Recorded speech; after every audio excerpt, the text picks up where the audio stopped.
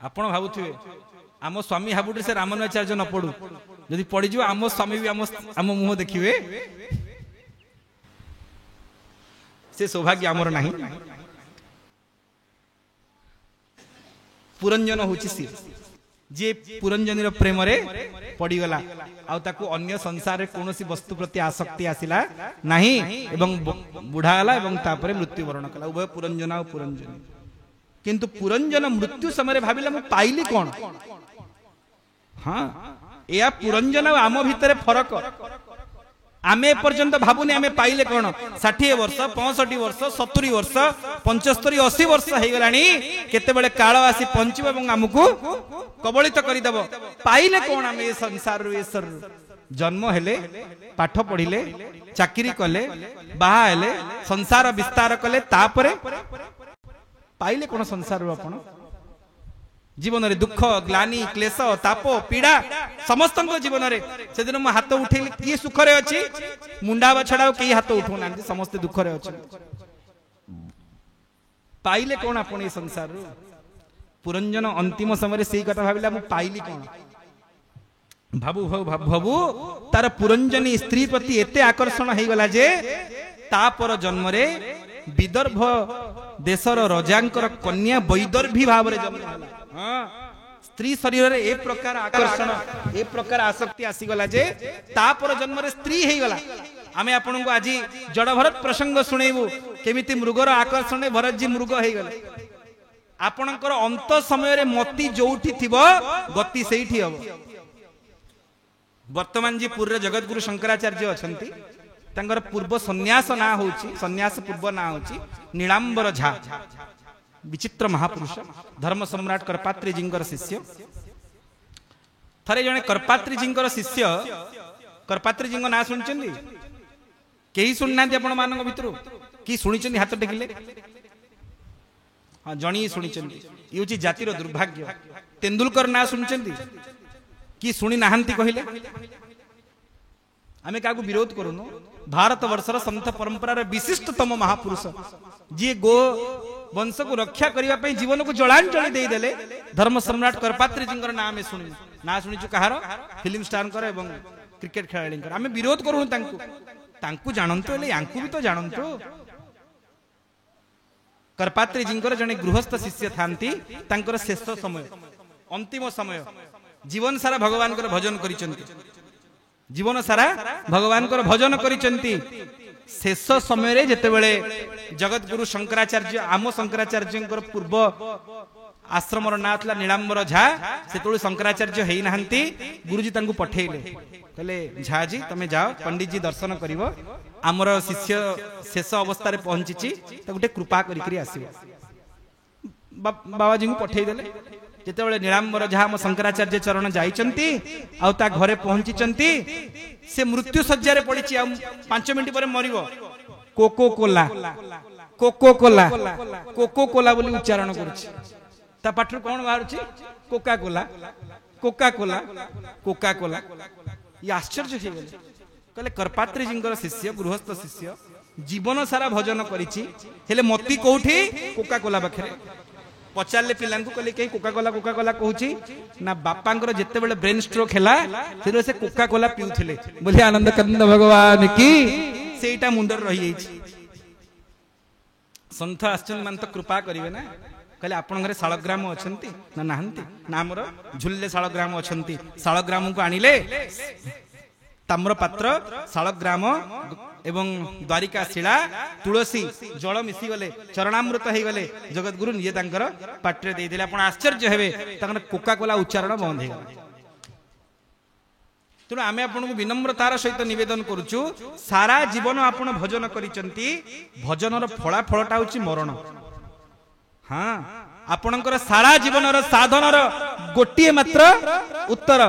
गोटिए मात्र रिजल्ट कौन मरण। से भागवतकार कहती प्राणीर भल मंद बाणी मरण काले ताहा जानी गोविंद गोविंद गोविंद पदु गलुछि मकरंद। कौन कहले प्राणीर भल मंद बाणी मरण काले ताहा जानी। महाराष्ट्र आलमदी जने सन्थ थिले तांका ना होची चोखा मेला ना कौन ये ना तो उच्चारण कर दियंती ना शुणा को मिलबनी आपन को आगु चोखा मेला नाम जने सन्थ थिले विशिष्ट विचित्र महापुरुष किंतु जाति निम्न वर्ण रे जन्म ग्रहण करथिले नामदेव जी शिष्य आ काम होची घर तैयारी करबा श्रमिक मिस्त्री किंतु खूब भजन करते विठ्ठल विठ्ठल विठ्ठल विठ्ठल विठ्ठल विठ्ठल विठ्ठल कीर्तन करते काम करूचंती श्रमिक माने छात पकाउचंती हठात छात भुसुड़ी पड़ला सबुतक श्रमिक मरीगले चोखा मेला भी सियाराम की जय नामदेव जी 8 दिन पर खबर पाइले अरे हम चोखा मेला कहीं आसुनी सत्संग को ना कौन चोखा मेला अच्छी ना माने प्राप्ति हो गलानी ना कोटी प्राप्ति हैला ना घर तैयारी करूथला छात दबी गला प्राप्ति हो गले चोखा मेला गुरुजी कृपा देखते गुरुजी गले से स्थान को उत्तोलन करागला से तलू को हाड़ चिन्ह होनी क्या मुह कौन जमी एयर क्रैश हो गला अहमदाबाद रे जना पड़ा कि किए कौन ता भितर एने 8 दिन व्यतीत हो से कारियो टाइपिंग व्यवस्था नथिला जिनो टाइप करेंगे तार डीएनए आनिबे या मार डीएनए मिसई देबे एटा तम मुर्दार नहीं जाओ ताहा कर दो यही कथा है अहमदाबाद रे सेतेबेले से व्यवस्था नहीं नामदेव जी जाई पहुंचिले आपण विश्वास करिवे प्रत्येकटी अस्थिरे सब तो हाड़ हो ना प्रत्येकटी अस्थिरे कान लगे संथर मरण शुणु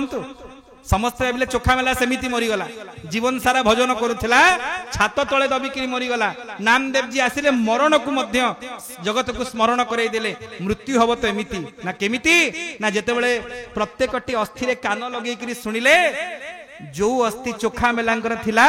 विठ्ठल विठ्ठल विठ्ठल विठ्ठल विठ्ठल विठ्ठल विठ्ठल विठ्ठल विठ्ठल विठ्ठल से अस्थिर विठ्ठल विठ्ठल सुनाउथला बोली आनंद कंद भगवान की आपण माने सुनिचंदी जदी रोगटा बेसी दूर को माडी जाय कोन कहंती ता रोग जे कि हाड़ रे पसी गलानी कहंती नि हम डाक्टरी पाठ अनुसार कैंसर रो लास्ट मेटास्टासिस ता होची शेष व्यापी बाटा होची हाड़ को बोन मेट्स यदि बोन मेट्स रा स्टेज 4 हे जो जे कोनोसी कैंसर यदि रोगटा हाड़ भितर पसी जाउची भगवान कर नाम कोन हाड़ भितर पसिबोनी पसिबो कि नहीं यदि रोगटा हाड़ भितर पसिबार क्षमता रखिची जे कर्तुं अकर्तुं अन्यथा कर्तुं समर्थ भगवान कर महामहिमामय नाम से कोन हाड़ भितर प्रवेश करिवेनी चोखा मेलांगर समान अवस्था हैला से हाड़रु मध्य विठ्ठल विठ्ठल विठ्ठल विठ्ठल सुना जाउथला आपण विश्वास करिवे मु रामानंदी संप्रदाय दीक्षित वैष्णव मो गुरुजी मुहरु ए कथा मु सुनिछि मलुकपीठ महाराज मुखार बिंदुरु अयोध्या रे जने विशिष्ट महापुरुष थिले आपण तांको दर्शन करिथिबे आज्ञा पंचरसाचार्य राम हर्षण दास जी महाराज हर्षण कुल सरकार ये संत मान ना कान पड़ी था आगु को शुणा मिले कि नहीं भी संदेह हर्षण कुल सरकार संपूर्ण श्रीअंग रे षडक्षर मंत्र राज लिखाई हाँ सब देह को से लुचई करी बसंती क्या निज देह देखाती आम टाटू करुचे ना विभिन्न नाम लिखुचे मंत्र जप प्रभाव रे मंत्र आसिकी चर्म रे प्रतिष्ठित हो जाए ताकू दर्शन करेक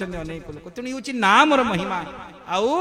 आमको जीवन सारा भगवान नाम भजन करने को पड़ो शेष समय रे प्राणीर भल मंद बाणी मरण काले ताहा जानी पुरंजनर विशेष आकर्षण होता पुरंजनी प्रति तेणु से तापर जन्म स्त्री होकर जन्म हो गला है जे विदर्भ राजंकर जेमा वैदर्भी होकर जन्म है तार विवाह रजांक सहित है जितेबाला से रजा मृत्युवरण कले ताठू आगुआ मरीगले पुणी से आकर्षण रही स्त्री आकर्षण से सती हवा को बसिला आ ए समय ज्ञान उदय होगला बाबा रे गोटे जन्म नष्ट कर देचु ए जन्म नष्ट करिवार नाही ए भावे बुझिली संसार पुरंजन जे भाव मोर गोविंद गोविंद गोविंद पदुगळुछि मकरंद ये मुख्य चरित्र को वर्णना करुचंती पुरंजन उपाख्यान आमर आपन को विनम्र निवेदन खूब भगवान नाम भजन करंतु जेतेबेले आपन को समय मिलुची जेउ नाम रे आपन को रुचि अछि राम श्याम कृष्ण हरि भजन करंतु जप करंतु यही साधना ई भाव सहित आमे चतुर्थ स्कंद को पूर्ण करूछु।